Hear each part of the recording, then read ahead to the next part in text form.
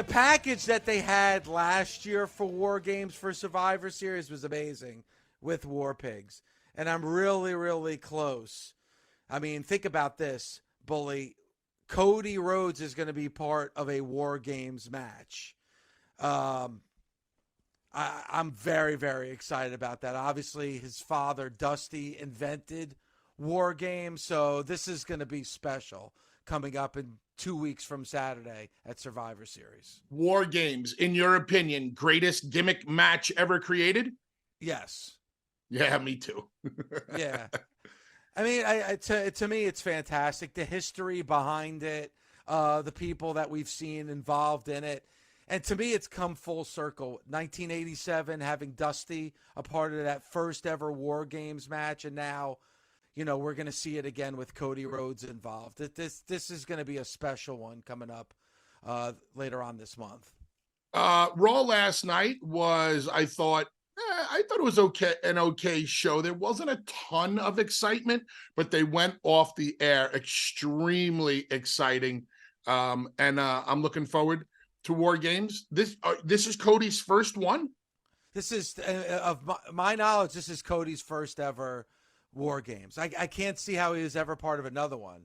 I think we would have realized that it would have been something special knowing that is his father that invented it. Yeah, this is his first ever War Games match. I liked Cody got one hell of a reaction last night when they hit his music and he came out for the big fire up in the end and the save.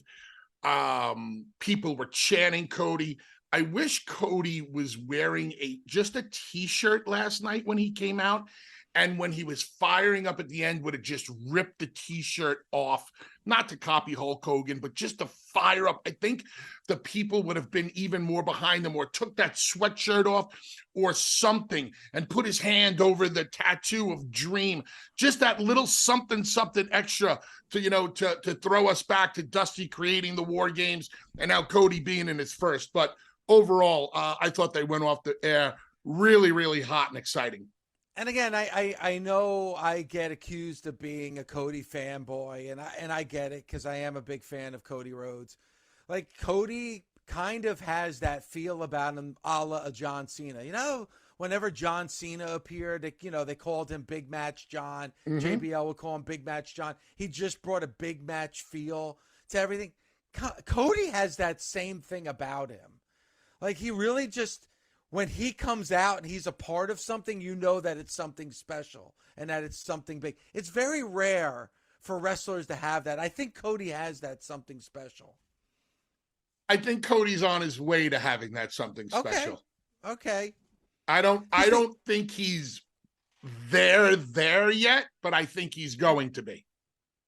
Now, last year they had War Games at Survivor Series. It was the Bloodline and the Brawling Brutes or whatever. I hate to say this, but kind of unmemorable. Like, I really don't remember much of that match. I don't think we talked a lot about that match. This year, it's obviously the Judgment Day involved. This story at some point is going to connect back to Roman Reigns. I thought it was actually going to start maybe at Survivor Series. Obviously, that's not going to happen. We have 5 months for Cody to reconnect back to Roman Reigns. I'm interested when that's going to happen, Bully, but I feel like this Survivor Series is going to be a memorable one. Because, Bully, if you think about it, the Big Four, I don't know if we've really talked about Survivor Series being one of the Big Four anymore. You know, for years it was when there was only the 4 pay-per-views, but there's other pay-per-views that I think are bigger than Survivor Series, Money in the Bank being one of them. Maybe this is where we get back to Survivor Series, getting back to being one of the Big Four again. Chicago is going to be hot for the War Games. Hopefully they're hot for the entire pay-per-view. They opened up seats, a significant amount of seats. Chicago's I think close to 16,000 tickets sold. I believe the entire arena is basically sold at this point, even behind the staging, or maybe a small portion isn't. This is kind of why one of the reasons Vince stayed away from the War Games for so long. First and foremost, it wasn't his creation, even though he bought WCW. I believe this is why he created the Elimination Chamber. That the Elimination Chamber was like his version of the War Games. Also, Vince knew that the two rings took up prime real estate of seats that could be sold. So I'm glad that the WWE open seats. Chicago, probably pound for pound, the number one pro wrestling city out there. I'm sure you can make the argument from New York and Philadelphia, but you're shaking your head no, Dave. So it's Chicago for you, right? To me, and I think I've said this on the show before, Bully, and listen, I don't want to piss people off because when it comes to cities and their pride, I totally get it. I think Chicago, you have to say, is the biggest and best city when it comes to pro wrestling. I really do. And then you have that looming specter of that one guy out there. Will he be or not be in Chicago? You have to bring it up, Bully, because we heard CM Punk chants on Saturday in Saudi, and then we heard CM Punk chants again last night. I feel like, I don't know what's going to happen. I mean, I actually thought weeks ago there was a better chance we were going to get CM Punk at Survivor Series than I probably do feel right now. But, man, whether we get Punk or not, I feel like you're going to get a big dose of CM Punk chance at Survivor Series on the 25th. I would much rather, and I have stuck by this opinion since day one when me and you talked about it. I believe CM Punk is worth more or means more to the entire wrestling industry if he does not go back to the WWE. You go back to WWE, and that nobody really benefits from a name like CM Punk. Like Impact Wrestling can definitely benefit from a name like CM Punk. Remember, back in the day, I said I'd rather see CM Punk go back to Ring of Honor and help Ring of Honor become a bigger company. Going back to WWE is just, it's cookie cutter. And what makes you think? What? Go ahead. No, I get what you're saying. I really do, and I know we've had this discussion before, but we're freelancing here. I hear what you're saying, Bully, and I understand it. Impact or TNA has a lot of buzz around it right now. It's an up and coming. Like, I know it's been around forever, but it just feels different right now, and it feels like they're on the cusp of something special. You bring CM Punk in, maybe that's the catalyst to jump it to that next platform, to jump it to that next level, to get more eyes on that show. Like, I just feel like TNA is in a really good place right now with a lot of momentum and a lot of buzz.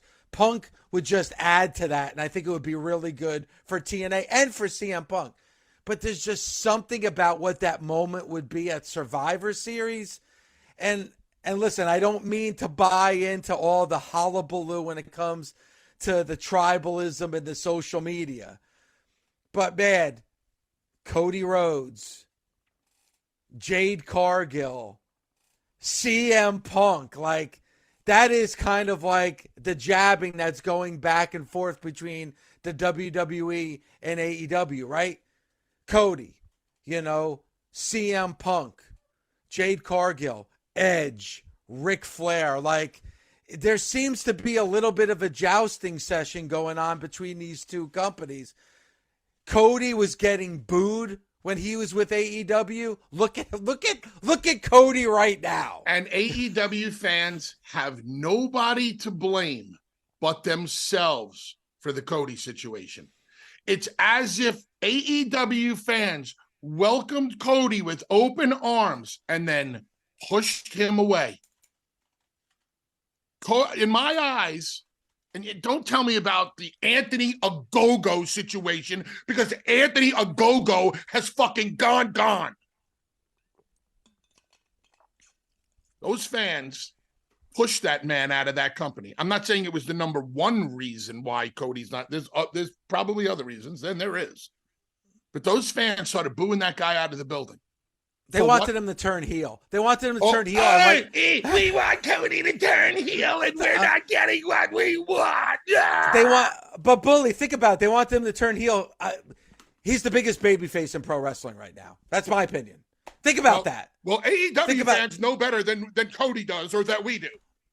Ugh. Jade Cargill. I love AEW. I'm an AEW fan, so I take exception. No, you don't. You know what I'm talking about. You would have never pushed Cody away. No reason to. The guy was the savior, and then all of a sudden he was public enemy number one. Don't understand it. It makes no sense. But look, it benefited Cody in the long run, and I think it benefited the WWE.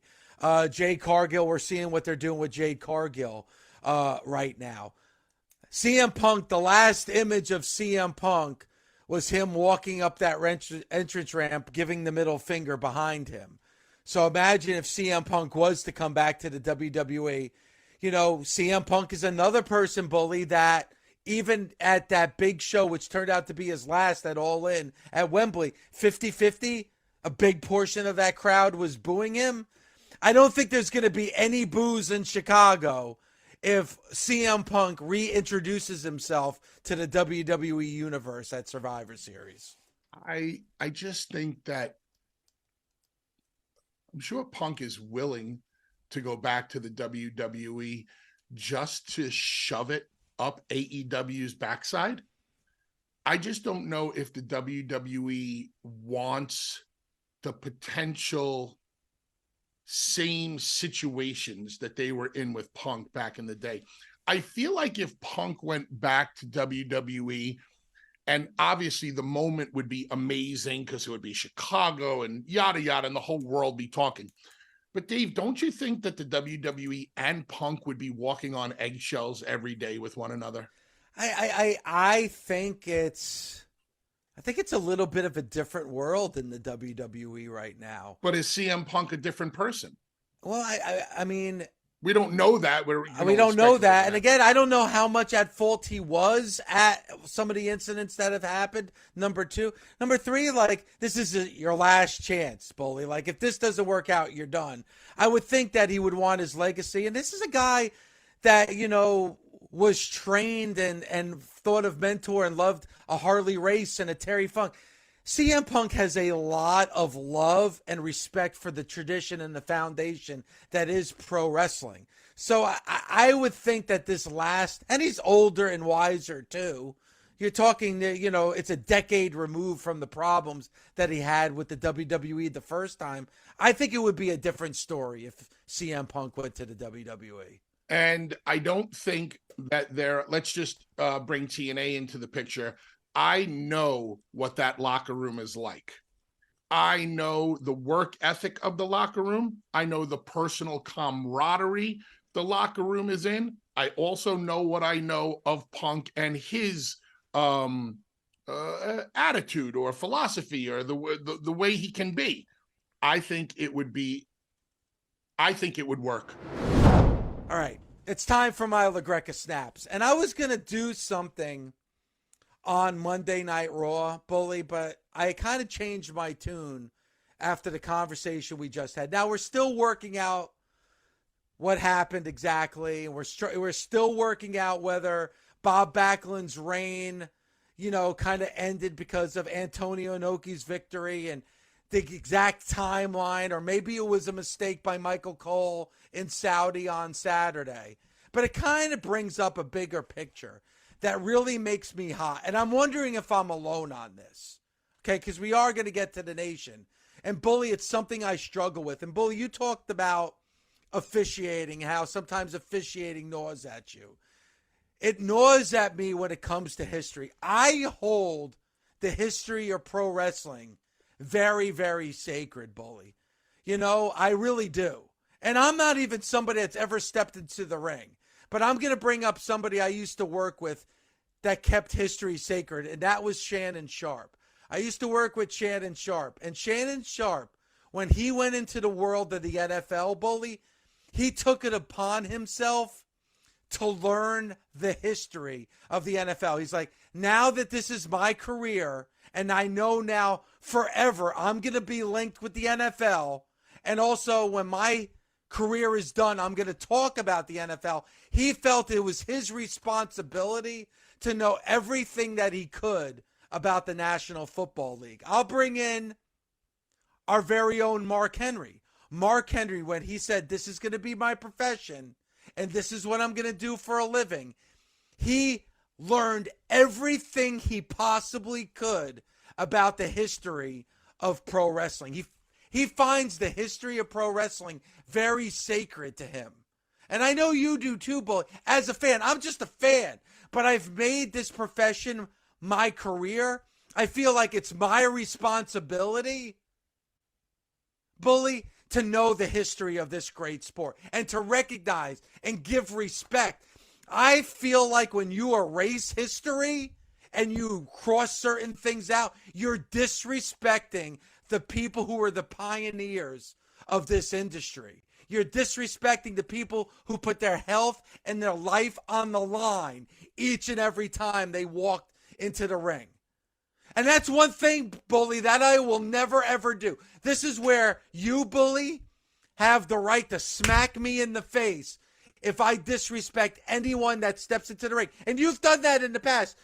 There's been plenty of times that you and I have been doing a show where you tell me, hey, LaGreca, pump your brakes. You've never stepped into a ring. There is a line, Bully, that I do not cross, or I try not to cross. And there are times you got to smack me back to reality and you'd be like, hey, Dave, pump the brakes a little bit. This is where you may be crossing the line. And Bully, I don't want to cross that line. But I feel like you start erasing memories, you start crossing out facts, and you start manipulating history, Bully. This is where that's a slippery slope when it comes to this great business. And I try not to do that. Dave, I agree. And we need to get to the bottom of this Bob Backlund being recognized by the WWE situation. Yes. A couple minutes ago, Andre said he was still listed on the website, but Michael Cole did not mention him at Crown Jewel. Meanwhile, he was mentioned a couple of months ago when the timeline of the history of the championship was done by Paul Heyman. And Bully, it makes me a little nervous. Why? Because Michael Cole is so good. I can't imagine Michael Cole on a premium live event when this is the biggest story in the company. And we talked about it on this show many times. You're using the length of the reign and the history and the legends and what the weight that carries as the story. Man, you got to be accurate about that. And this is not a shot on Michael Cole, but it makes me nervous. It's because I respect Michael Cole. It makes me nervous. I don't know if Michael Cole would make a mistake like that. How are you not mentioning Bob Backlund? Do you want to erase it? Do you want to make it easier for Roman Reigns to complete history by not having him to pass? By him passing Hogan, and then there's only one guy in front, and that's Bruno Sammartino. It makes me a little nervous. Again, I hold the history of pro wrestling very sacred. I hope they're not trying to manipulate history here, Bully. I hope. I wouldn't put it past them. I don't have any real better answer than that. I want to get to the bottom of this. I don't put it past them to try to manipulate a little bit to make it easier to get Roman's name near the top of that list. That's the goal here. And until I know further, it's Bruno, it's Bob Backlund, it's Hogan, it's Bruno's second run, and then it's Roman Reigns. Until there's some facts that make me believe that that's not the truth, that's the fact no matter what anybody on a microphone is going to say to me. And what we've been talking about is, yes, he can surpass Bruno's second reign And then there's a possibility of him surpassing Hogan's reign. But man, they'd have to, why would they have eliminated Backlund? If you eliminate Backlund's name, now you have to mention Roman at number 2 and Bruno at number 1. That's the only reason I can possibly think of. Yeah, this is interesting. Again, it could be a mistake, but again, my whole foundation of why I love pro wrestling is the history that's behind pro wrestling. You can't forget about history.